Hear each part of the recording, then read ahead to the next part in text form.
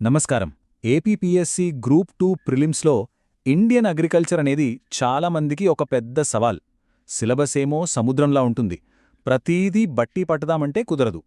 అందుకే ఈ సెషన్లో మనం ఆ బట్టి పట్టే విధానానికి ఫుల్ స్టాప్ పెట్టి అసలు ఎగ్జామ్ ప్యాటర్న్ను ఎలా డీకోడ్ చేయాలో చూద్దాం. తక్కువ చదివి ఎక్కువ మార్కులు తెచ్చుకోవడానికి కావాల్సిన స్ట్రాటజీల గురించి మాట్లాడుకుందాం.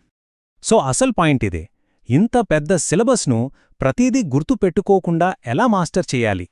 దానికి సమాధానం మనం చదివే కంటెంట్లో కన్నా దాన్ని ఎగ్జామ్లో ఎలా అడుగుతున్నారు అన్న దానిలో ఉంది. ఆ ప్యాటర్న్ను గనక మనం పట్టుకోగలిగితే సగం పని అయిపోయినట్లే. రైట్. ఇప్పుడు అసలు స్ట్రాటజీకొద్దాం. ఈ స్లైడ్ని మనం ఏపీపీఎస్సీ అగ్రికల్చర్ అల్గారిథం అని పిలుచుకుందాం. పాత క్వశ్చన్ పేపర్స్ అన్నింటినీ చూస్తే ప్రశ్నలు ఎక్కువగా ఈ 4 ఏరియాల నుంచే వస్తున్నాయని మనకు క్లియర్గా అర్థమవుతోంది. 1 సంస్థల హెడ్ క్వార్టర్స్ ఎక్కడున్నాయి, 2 పంటల సీజన్లు, 3 ఏ పంటలో ఏ రాష్ట్రం టాప్, 4 హైబ్రిడ్ రకాలు, వాటిని ఎవరు డెవలప్ చేశారు. ఇప్పుడు మనం ఒక్కో దాని లోపలికి వెళ్ళి మార్కుల్నెలా పట్టేయాలో చూద్దాం. సరే, మన గేమ్ ప్లాన్ ఏంటంటే ఫస్ట్ అగ్రికల్చర్ కోడ్ను క్రాక్ చేద్దాం. నెక్స్ట్ ఇన్స్టిట్యూషన్స్ మ్యాపింగ్తో మార్కులు ఎంత ఈజీగా వస్తాయో చూద్దాం. ఆ తర్వాత పంటల గురించి మాట్లాడుతూ ఎగ్జామినర్స్ పెట్టే చిన్న చిన్న ట్రాప్స్ నుంచి ఎలా తప్పించుకోవాలో నేర్చుకుందాం. కొన్ని అడ్వాన్స్ టాపిక్స్ కోసం కొన్ని చీట్ కోడ్స్ చూసి లాస్ట్లో వీటన్నిటిని కలిపి ఒక ఫైనల్ ఎలిమినేషన్ ప్లేబుక్ను రెడీ చేద్దాం. మనం ఇందాక అనుకున్న అల్గోరిథం ప్రకారం జాగ్రఫికల్ లొకేషన్స్, ఇన్స్టిట్యూషన్స్ చాలా చాలా ఇంపార్టెంట్. కాబట్టి మన ప్రిపరేషన్ను ఇక్కడి నుంచే మొదలుపెడదాం. మన ఫస్ట్ పిల్లర్ ఇన్స్టిట్యూషనల్ మ్యాపింగ్. చెప్పాలంటే ఇది ఒక లో ఎఫర్ట్, హై రివార్డ్ ఏరియా. అంటే తక్కువ కష్టపడితే ఎక్కువ మార్కులొస్తాయి.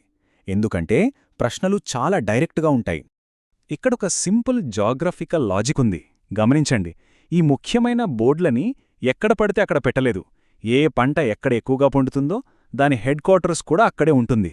అందుకే చూడండి, టీ బోర్డు కోల్కతాలో, కాఫీ బోర్డు బెంగళూరులో, రబ్బర్ బోర్డు కేరళలోనే కొట్టాయంలో ఉన్నాయి. ఈ సింపుల్ జాగ్రఫీ లాజిక్ గుర్తుంటే చాలు, ఆన్సర్ని ఈజీగా గెస్ చేయొచ్చు. ఓకే, ఇప్పుడు కొంచెం అలర్ట్గా ఉండండి.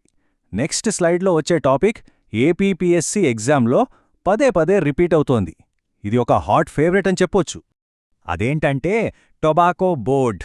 ఇది మన ఆంధ్రప్రదేశ్లోని గుంటూరులో ఉంది. మన రాష్ట్రం దేశంలోనే పొగాకు ఉత్పత్తిలో టాప్ కాబట్టి ఈ ప్రశ్న ఎగ్జామ్లో మళ్ళీ మళ్ళీ రావడానికి కారణం అదే. ఈ ఒక్క పాయింట్ గుర్తుపెట్టుకుంటే చాలు, ఒక్క మార్కు మన జేబులో ఉన్నట్టే. రైట్. ఇప్పుడు మనం రెండో పిల్లర్లోకి వెళ్తున్నాం, పంటలు.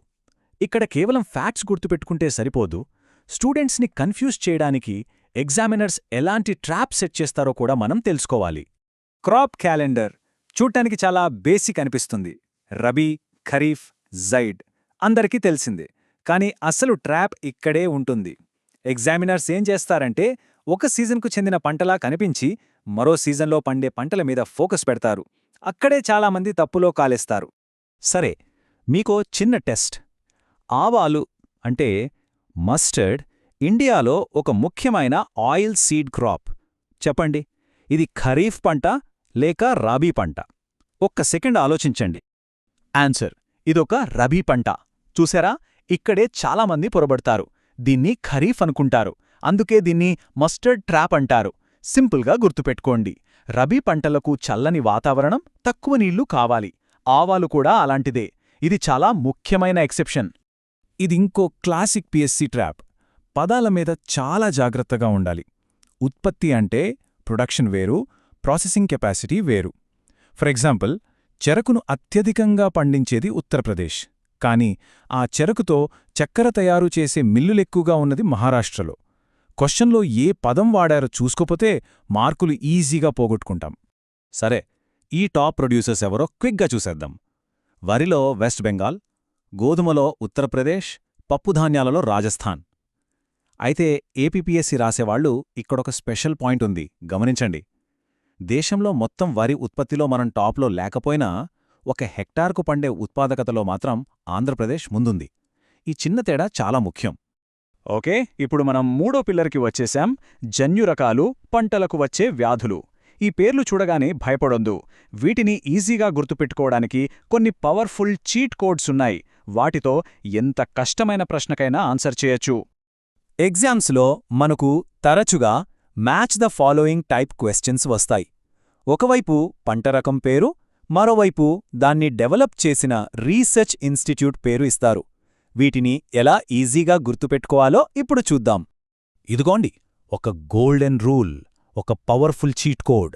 ఏదైనా పంట రకం పేరు పూసా అనే పదంతో స్టార్ట్ అయితే మీరు కళ్ళు మూసుకొని అది న్యూఢిల్లీలోని IARI డెవలప్ చేసిందని పెట్టేయొచ్చు.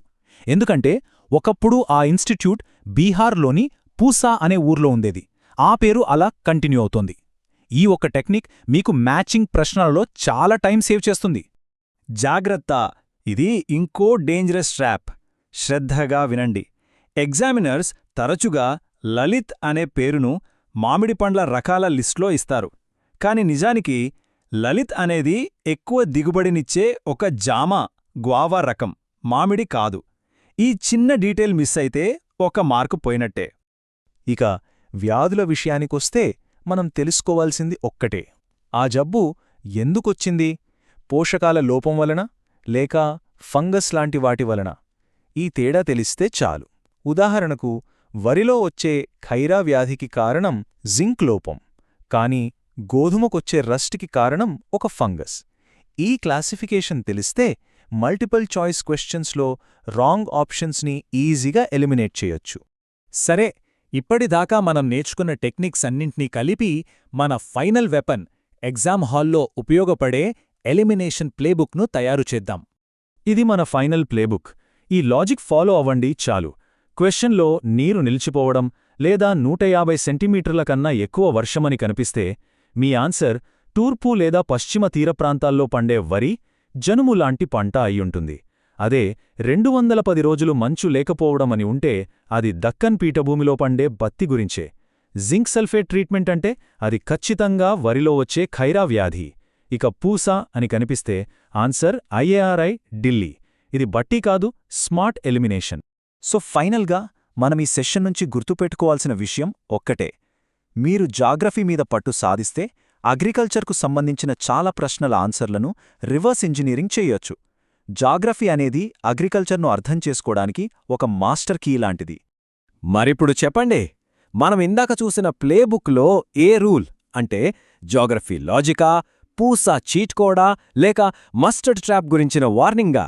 ఏది మీ ప్రిపరేషన్లో ఒక గేమ్ చేంజర్గా మారుతుంది అనుకుంటున్నారు? దీని గురించి ఆలోచించండి. ఈ స్ట్రాటజీలను మీ స్టడీ ప్లాన్లో చేర్చుకోండి. మీ పరీక్షకు ఆల్ ది బెస్ట్.